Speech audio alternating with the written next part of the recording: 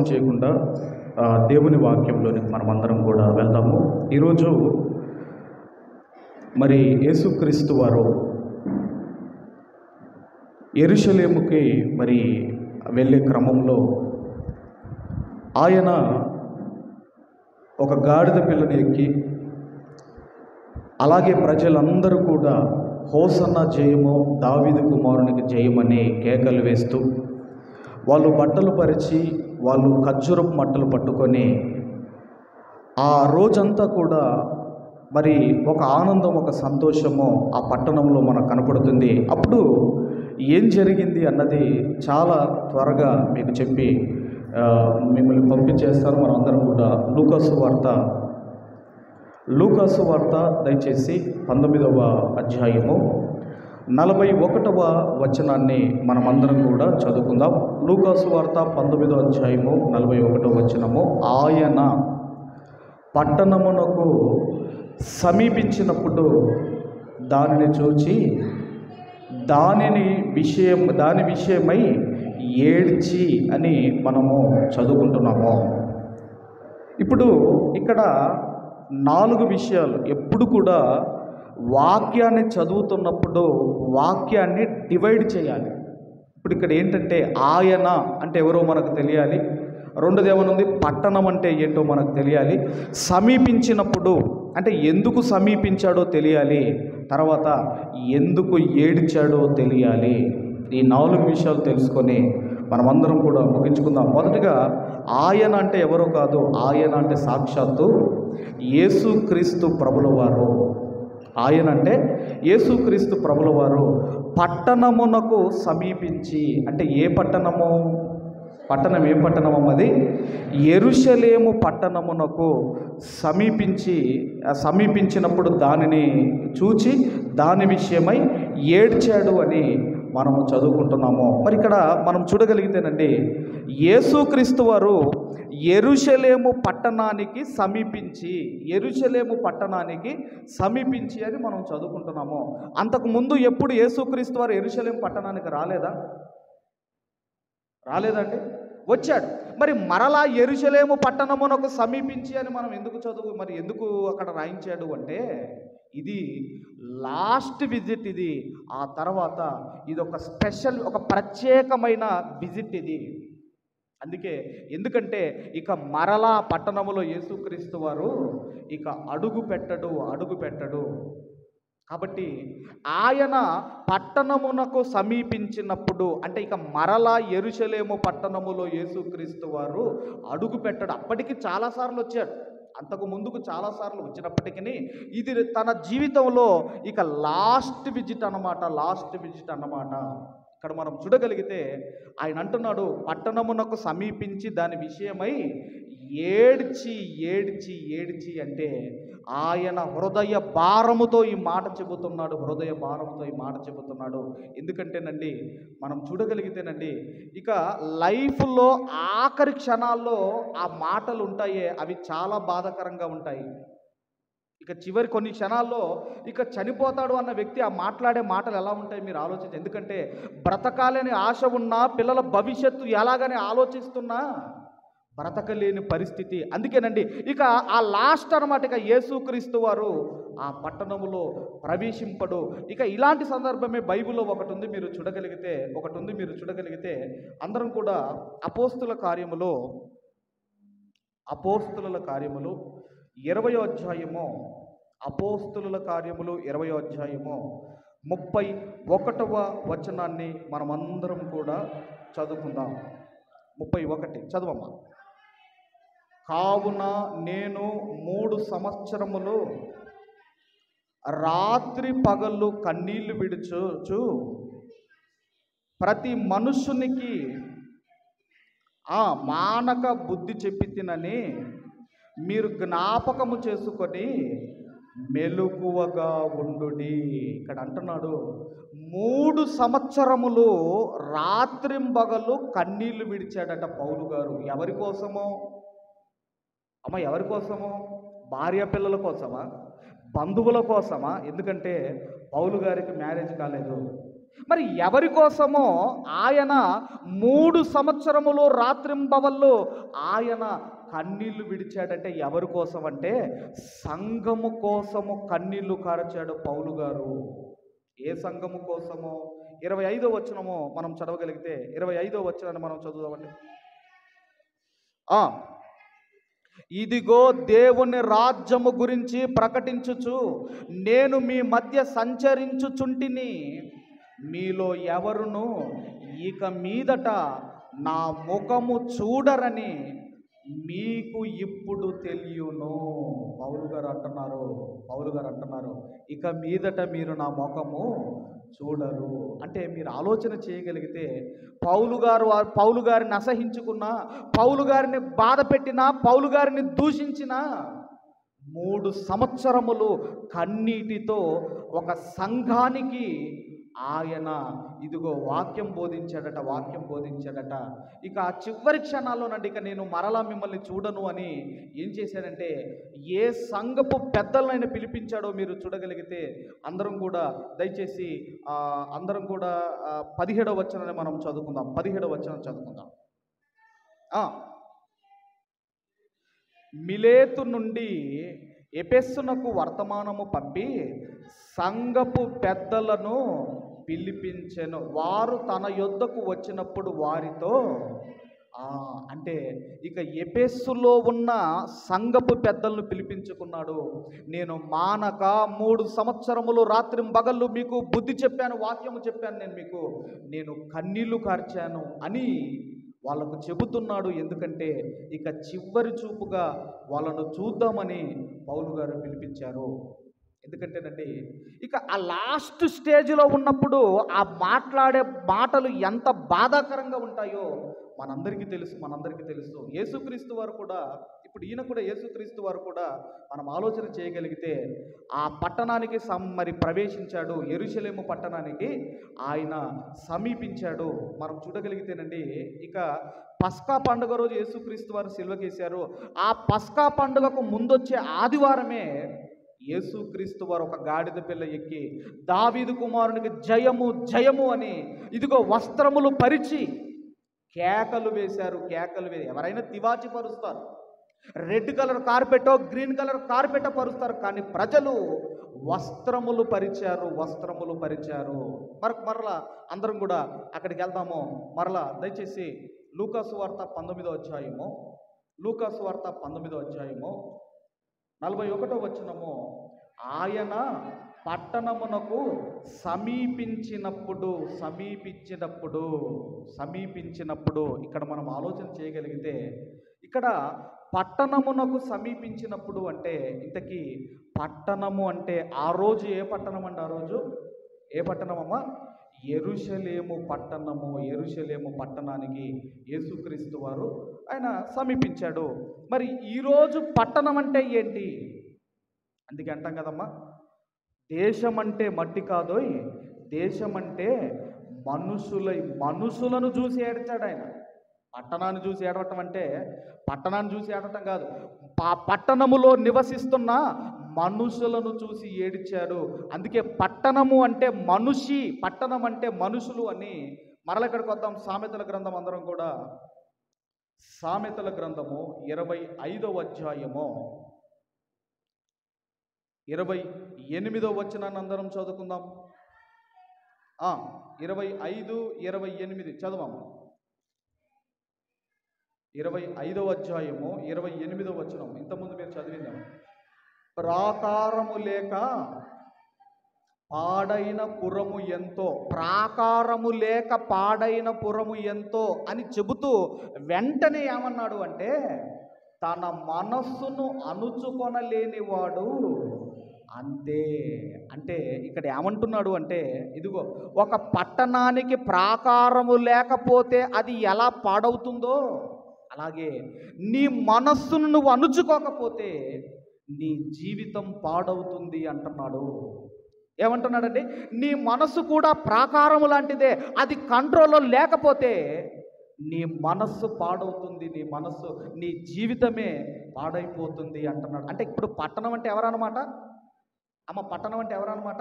పట్టణము అంటే యేసు మనుషులు పట్టణం అంటే మనమే పట్టణం అంటే ఇప్పుడు ఆయన పట్టణమునకు సమీపించినప్పుడు అని మనం చదువుకుంటున్నాము. ఇంతకీ మీరు ఆలోచన చేయగలిగితే అసలు యేసుక్రీస్తు వారు ఎలా ఉంటారంటే ఆయన ఒరిజినల్ రూపం, ఆయన రియల్ ఫేస్, ఆయన యొక్క ఒరిజినల్ రూపం ఎలా ఉంటుందంటే సమీపింపరాని తేజస్సులో నివసించేవాడు ఆయన. ఎందుకంటే మనకు టైం లేదు కాబట్టి రిఫరెన్సులు రాసుకోండి. 1 తిమోతి పత్రిక 6వ అధ్యాయం 16వ వచనము, సమీపింపరాని తేజస్సులో నివసించేవాడు మరి దేవుడంటే. అందుకేనండి ఒకవేళ యేసుక్రీస్తు వారిని ఆయన యొక్క రియల్ గెటప్తో కనుక యేసుక్రీస్తు వారిని చూస్తే మనం కన్నులు పోతాయి, మనం బ్లైండ్ అయిపోతాం. అలా ఇక్కడ ఏం జరిగిందంటే పౌలు గారు సౌలుగా ఉన్నప్పుడు దమస్కకు వెళ్ళే మార్గంలో ఏం జరిగిందండి, యేసుక్రీస్తు వారిని ఎప్పుడైతే చూసిన తర్వాత 3 దినములు గుడ్డివాడిగా మారిపోయాడు, బ్లైండ్ అయిపోయాడు. ఎందుకంటేనండి యేసుక్రీస్తు వారి ఒరిజినల్ రూపం అది. అందుకే మనం ఆలోచన చేయగలిగితే ఆయన ఒరిజినల్ రూపముతో మన దగ్గరికి వస్తే మనము బ్లైండ్ అయిపోతామని. ఆయన ఎలా వచ్చాడంటే మానవ రూపములో మన దగ్గరికి వచ్చి ఆయన మనల్ని రమ్మని పిలిచాడు. రండి నా దగ్గరికి వచ్చి బ్రతకండి అని మానవ రూపములో మన దగ్గరకు వచ్చి మనల్ని పిలిచాడు యేసుక్రీస్తు వారు. ఇప్పుడు మనకు లెట్ డేస్ అవుతూ ఉన్నాయి, అయిపోయినాయి కదండి. మరి ఆటోలో వచ్చేవాళ్ళు ఆటోలో వస్తూ ఉంటారు, బైక్లో వచ్చే వాళ్ళు వస్తున్నారు. అయితే ఆటోలో మనం రావాలంటే అటు సైడ్ దిగాలి. ఇప్పుడు మన రోడ్డుకి ఎటు సైడ్ దిగాలమ్మా, అటువైపు దిగాలి. ఇప్పుడు అటువైపు దిగిన తర్వాత మనం ఏం చేసామంటే త్వరగా మనం ఈ రోడ్డు దాటామో మన పిల్లలు వెనకాలనే ఉండిపోయారు. ఇప్పుడు మనం అంటున్నాం, అరే అటు ఇటు చూస్తున్నాం, వెహికల్ రావటం లేదు, రారా అంటున్నాం, కానీ వాడు రావటం లేదు. వాడు రాకపోతే ఏం చేస్తామమ్మా, మనమే మన పిల్లల దగ్గరికి వెళతాము. ఇది ఎంత నిజమో దేవుడు పిలిచినప్పుడు రాలేదు గనక ఎవరు వచ్చారంటే సాక్షాత్తు యేసుక్రీస్తు వారే భూమి మీదకి వచ్చి నా యొద్దకు రండి అని పిలిచాడు. రండి నా దగ్గరికి వచ్చి బ్రతకండి అన్నాడు. మత్తయి సువార్త 11వ అధ్యాయము 28వ వచనం. మత్తయి సువార్త 11వ అధ్యాయము 28వ వచనము, ప్రయాసపడి భారము మోయుచున్న సమస్త జనులారా నా యొద్దకు రండి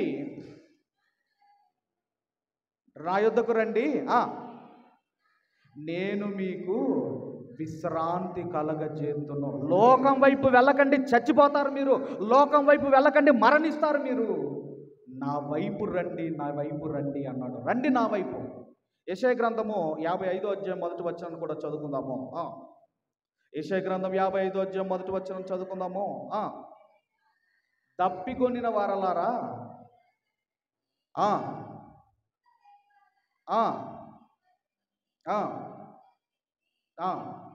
రండి.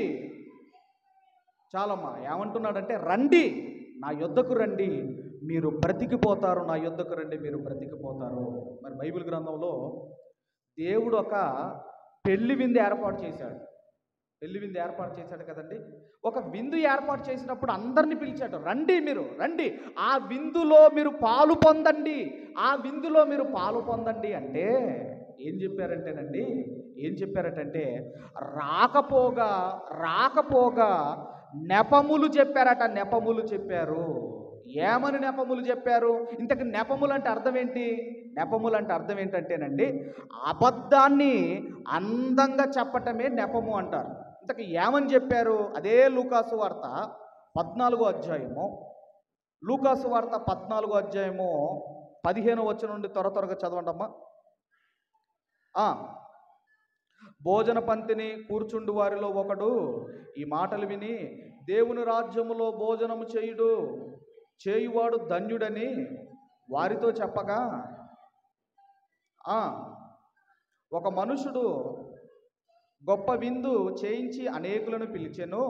విందు కాలమందు అతడు ఇప్పుడు సిద్ధమయ్యున్నది రండని పిలవబడిన వారితో చెప్పుటకు తన దాసులను పంపెను. అయితే వారు ఏక మనస్సుతో నెపములు చెప్పసాగిరి. రండి, నా దగ్గరికి రండి, మీరు బ్రతికిపోతారు, ఇదిగో ఈ విందులో మీరు పాలు పొందండి అంటే ఏం చెబుతున్నారటండి? నెపములు చెప్పసాగిరి. నెపములు అంటే ఎలా ఉంటాయో చూడండి, చదవమ్మా. మొదటివాడు, నేను ఒక పొలమును కొని ఉన్నాను, అవశ్యముగా వెళ్ళి దానిని చూడవలెను, నన్ను క్షమింపవలెనని నిన్ను వేడుకొనుచున్నాను. ఇక్కడ ఆగండి అమ్మా. పొలము చూసిన తర్వాత కొంటారా, కొన్న తర్వాత చూడ్డానికి వెళ్తారా? అమ్మా ఏమనుందమ్మా, మీ బైబిల్ ఉందా అది? పొలము కొన్నాడట, ఇప్పుడు చూడ్డానికి వెళ్తున్నాడట దాన్ని. అసలు చూసిన తర్వాతే పొలం కొంటారు.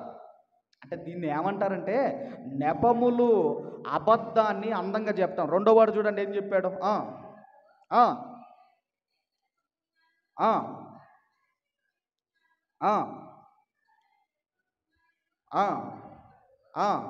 ఇప్పుడు ఏమంటున్నాడమ్మా? రెండో వాడు ఏమంటున్నాడు? నేను 5 జతల ఎడ్లు కొని ఉన్నాను, వాటిని పరీక్షింప వెళ్ళుచున్నాను. అసలు కొన్నాక పరీక్షిస్తారా, కొనక ముందు పరీక్షిస్తారా? అమ్మా చెప్పండి అమ్మా. కొనక ముందే పరీక్షిస్తారు, ఇప్పుడు కొన్న తర్వాత పరీక్షించడానికి వెళ్తున్నాడట. అంటే దేవుడు పిలిస్తే రావటము లేదు, రండి అని పిలిస్తే రావటము లేదు. అందుకే మనము మంచి వాళ్ళమని యేసుక్రీస్తు వారు మన దగ్గరికి రాలేదు, కానీ ఆయన రాకపోతే మనము చనిపోతాము అని మన మీద కనికరపడి యేసుక్రీస్తు వారు మన దగ్గరికి వచ్చాడు. మన పిల్లల దగ్గరికి ఎలాగైతే మనమే వాడి దగ్గరికి వెళ్తామో, ఆయనే నేను పిలిస్తే రావటము లేదు అని యేసుక్రీస్తు వారే మన దగ్గరికి వచ్చాడు. అందుకే ఏమని రాయబడిందంటే, మీ అపరాధముల చేత, మీ పాపముల చేత చచ్చిన వారై ఉండగా ఆయనే మన దగ్గరికి వచ్చాడు. అందుకే ఒక లాజరు చనిపోయి 4 రోజులైన తర్వాత వచ్చాడు. ఒక తప్పిపోయిన కుమారుడు తప్పిపోయి తర్వాత మారు మనసు పొందుకొని ఇదిగో ఆయన తిరిగి వచ్చిన తర్వాత దూరము నుండి చూసి ఆ తండ్రి మెడ మీద పడి ముద్దు పెట్టుకొని తీసుకొని వెళతాడు. కాబట్టి దేవుడు మనం ఆలోచన చేయగలిగితే పట్టణమునకు ఆయన ఎందుకు సమీపించాడు అంటే, ఆయన పిలిస్తే రావటం లేదు గనక ఇక ఆయనే వచ్చాడు. వచ్చి ఏం చేశాడండి? ఆయన 19వ అధ్యాయము 41వ వచనము, 19వ అధ్యాయము 41వ వచనము, ఆయన పట్టణమునకు సమీపించినప్పుడు దానిని చూచి దాని విషయమై ఏడ్చి.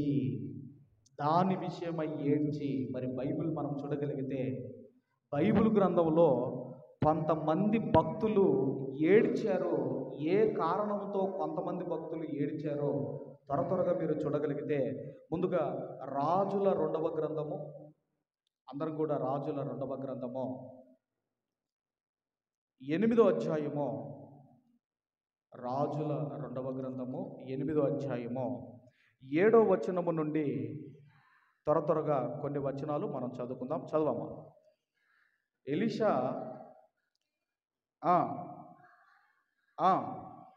సిరియా రాజైన బెన్హదూదు రోగి అయి యుండి దైవజనుడైన అతడు ఇక్కడికి వచ్చి ఉన్నాడని తెలుసుకొని హజరియేలును పిలిచి, నీవు ఒక కానుకను చేత పట్టుకొని దైవజనుడైన అతన్ని ఎదుర్కొనబోయి, ఈ రోగము పోయి నేను బాగుపడుతున్నా లేదా అని అతని ద్వారా యెహోవా యొద్ద విచారణ చేయమని ఆజ్ఞ ఇచ్చి పంపాను.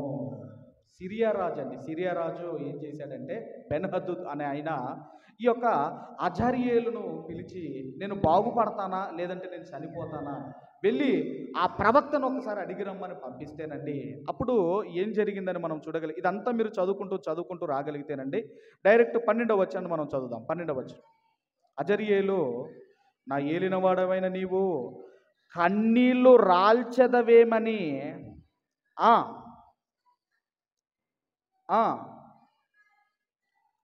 ఆ, ఆ, వారి యవనస్తులను కత్తి చేత హతము చేయుదువు, వారి పిల్లలను నేలకేసి కొట్టి చంపుదువు, వారి గర్భిణీల కడుపును చింపివేయుదువు గనుక నీవు వారికి చేయబోవు కీడును నేను ఎరిగి యుండుట చేత కన్నీళ్లు రాల్చుచున్నాను, కన్నీళ్లు రాల్చుచున్నాను. ఎందుకు? ఇక్కడ ఇదంతా మీరు చదవండి. ఆయన అడగమన్నాడు, ఈయన వచ్చి అడుగుతాడు. అప్పుడు ఎలీషా గారు కన్నీరు పెట్టుకున్నాడు. కన్నీరు పెట్టుకుంటే అదేంటయ్యా, ఆయన బ్రతుకుతాడా చనిపోతాడా చెప్పమంటే నువ్వేందయ్యా కన్నీళ్లు పెట్టుకుంటున్నావంటే, ఇదిగో అడగడానికి వచ్చిన హజరియేలు నీవే ఆ రాజును చంపుతావు. ఇదిగో ఇక్కడ చదవబడినట్టుగా ఇప్పుడు చెప్పినట్టుగా ఇదిగో ఇవన్నీ నువ్వు చేస్తావు, నువ్వు రాజు అవుతావు. ఆ భవిష్యత్తులో జరగబోయేదాన్ని నాకు తెలిసి నేను కన్నీళ్లు పెట్టుకుంటున్నాను. తర్వాత ఏం జరిగిందంటేనండి, ఏం జరిగింది మీరు చూడగలిగితే ఒకసారి 15వ వచనం చూడండి. 15వ వచనం చూడండి. అయితే మరునాడు హజయేలు ముదురు బట్ట తీసుకొని నీటిలో ముంచి రాజు ముఖము మీద పరచగా అతడు చచ్చెను. అప్పుడు అజరియేలు అతనికి మారుగా రాజాయేను. ఇక్కడ ఎలీషా ప్రవక్త ఎందుకు ఏడ్చాడంటే భవిష్యత్తులో ఇలా జరగబోతుంది అని ఆయనకు తెలిసి ఆయన కన్నీళ్లు కార్చాడు. ఇది ఎలీషా ప్రవక్త. అయితే దావీదు గారు ఎందుకు ఏడ్చారో మీరు చూడండి. దావీదు గారు ఎందుకు ఏడ్చారో చూడగలిగితే 119వ కీర్తన 136వ వచనాన్ని దయచేసి చదువుకుందాం. 136వ వచనము. జనులు నీ ధర్మశాస్త్రమును ననుసరించకపోయినందుకు నా కన్నీళ్ళు ఏరులై పారుచున్నవి.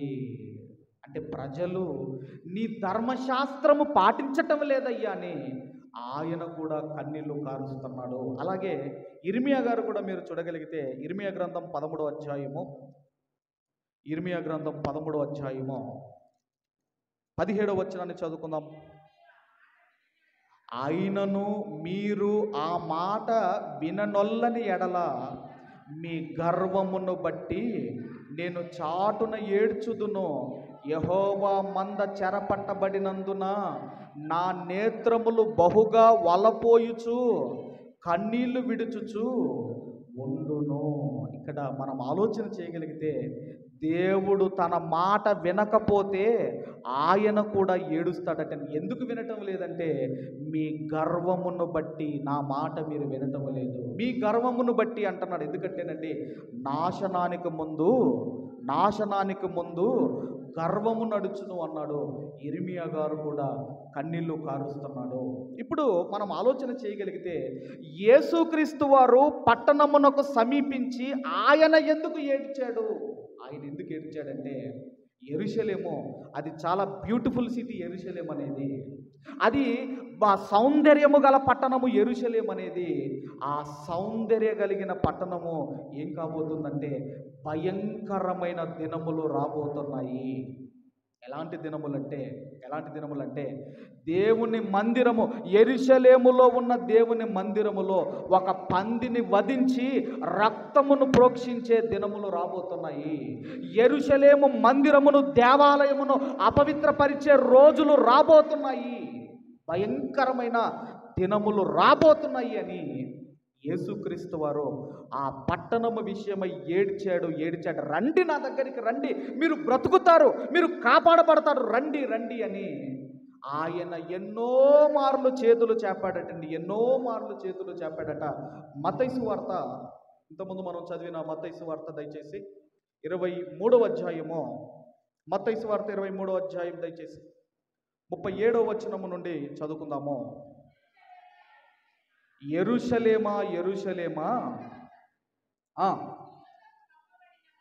ప్రవక్తలను చంపుచు నీ యొద్దకు పంపబడిన వారిని రాళ్లతో కొట్టుచును ఉండుదానా, కోడి తన పిల్లలను రెక్కల క్రింద ఎలాగు చేర్చుకొనునో అలాగుననే నేనును నీ పిల్లలను ఎన్నో మార్లు చేర్చుకొనవలనని ఉంటిని గాని మీరు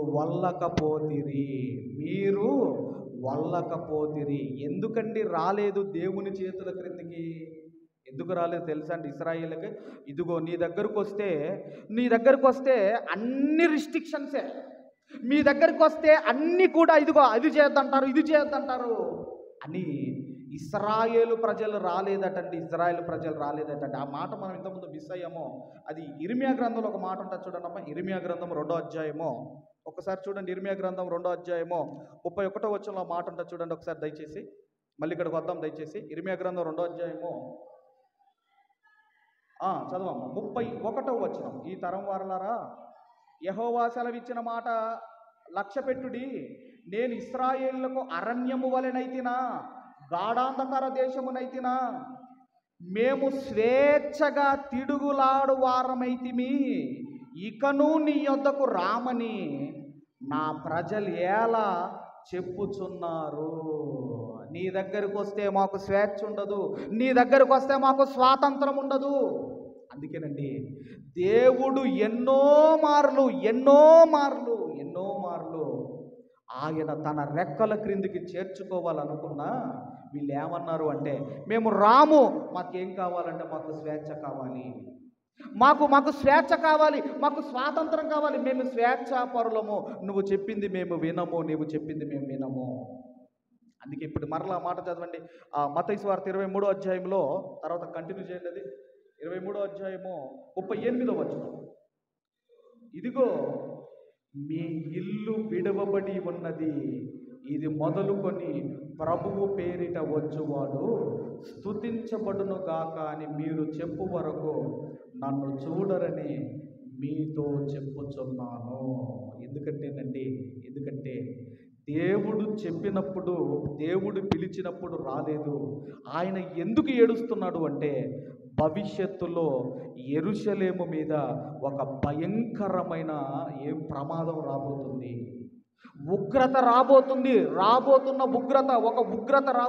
ఒక ఉగ్రత రాబోతుంది. రండి, మీరు కాపాడబడండి, మీరు బ్రతికిపోండి. ఆయన ఎంత పిలిచినా, ఎంత ఏడ్చినా, ఎన్నో మార్లు తన రెక్కల కిందికి రమ్మని ఆహ్వానించినా మీరు వల్లకపోతిరి. అందుకే మీ ఇల్లు విడవబడి ఉన్నది. అందుకే ఇప్పుడు ఏమంటున్నాడు లూకాసు వార్తలో మరలా 19వ అధ్యాయము, లూకాసు వార్త 19వ అధ్యాయము 42వ వచనము నుండి అందరము చదువుకుందాము. 42వ వచనం నుండి చదువుకుందాం. చదవండి సార్. నీవు ఈ నీ దినమందైనను సమాధాన సంబంధమైన సంగతులు తెలుసుకుని ఎడలా నీకెంతో మేలు, గాని ఇప్పుడవి నీ కన్నులకు మరుగు చేయబడి ఉన్నవి. ప్రభువు నిన్ను దర్శించినంత కాలము నీవు ఎరగకయుంటివి గనుక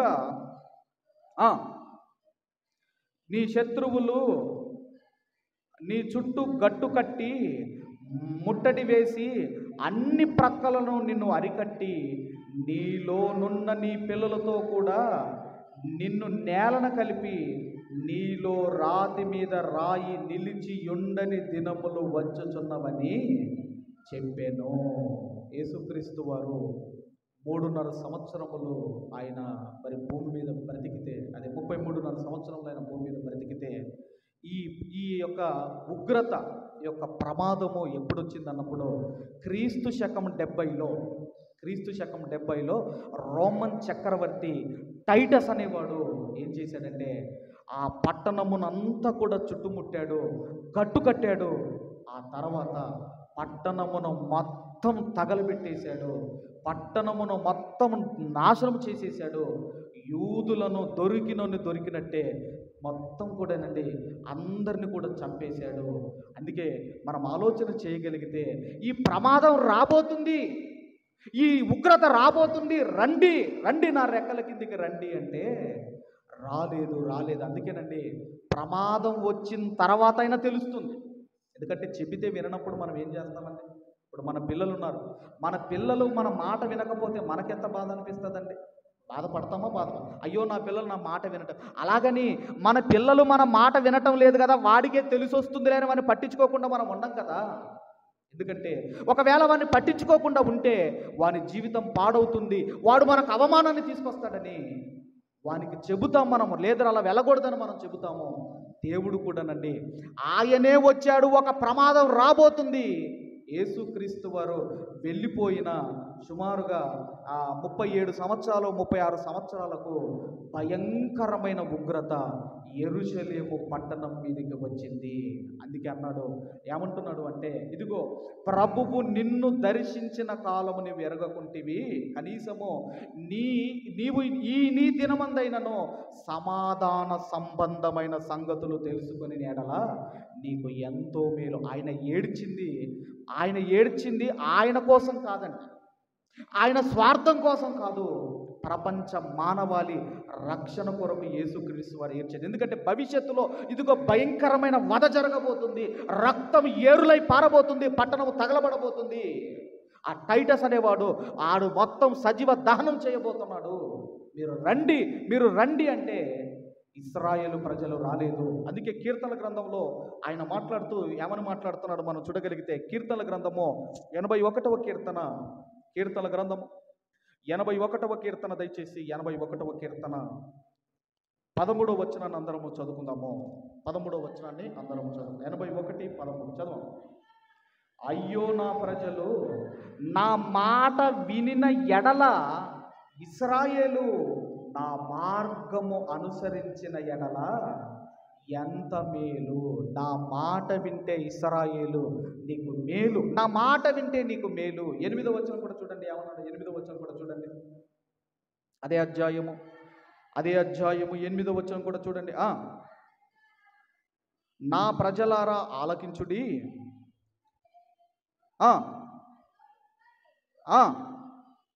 అయ్యో ఇశ్రాయేలు నీవు నా మాట వినిన ఎడల ఎంత మేలు, ఎంత మేలు. ఆయన మాట వింటే నీకు మేలు, ఆయన మాట వినకపోతే ఏమన్నాడండి, అది నీకు మంచిది కాదు, అది నీకు మంచిది కాదు. రమ్మన్నాడండి, రండి నా దగ్గరికి రండి, నా దగ్గరకు వచ్చి బతికిపోండి, నా దగ్గరకు వచ్చి బ్రతికిపోండి అంటే ఇశ్రాయేలు ప్రజలు రాలేదు, ఇశ్రాయేలు ప్రజలు అందుకే భవిష్యత్తులో భయంకరమైన ఉగ్రత రాబోతుంది గనక ఆ పట్టణము విషయమై యేసుక్రీస్తు వారు ఏడ్చాడు. రైట్, ఇప్పుడు మనం ఆలోచన చేయగలిగితే మరి ఆయన ఏడ్చాడని అయినా కూడా మనకు మార్పు రాకపోతే, అయినా కూడా ఆయన ఏడుస్తున్నాడని ఆయన మాట వినకపోతే ఏం జరగబోతుందో చివరిగా ఈ మాటలు చూసుకొని ముగించుకుందాం. మత్తయి సువార్త 13వ అధ్యాయము, మత్తయి సువార్త 13వ అధ్యాయము 40-41వ వచనాన్ని మనం అందరం కూడా చదువుకొని ముగించుకుందాం. 13:40-41 చదవండి.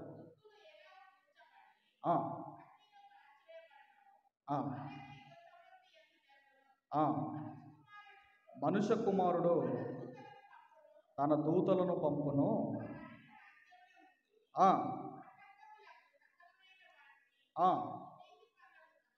సమకూర్చి అగ్నిగుండములో పాడవేయుదురు, అక్కడ ఏడుపును పండ్లు కొరుకుటయును ఉండును.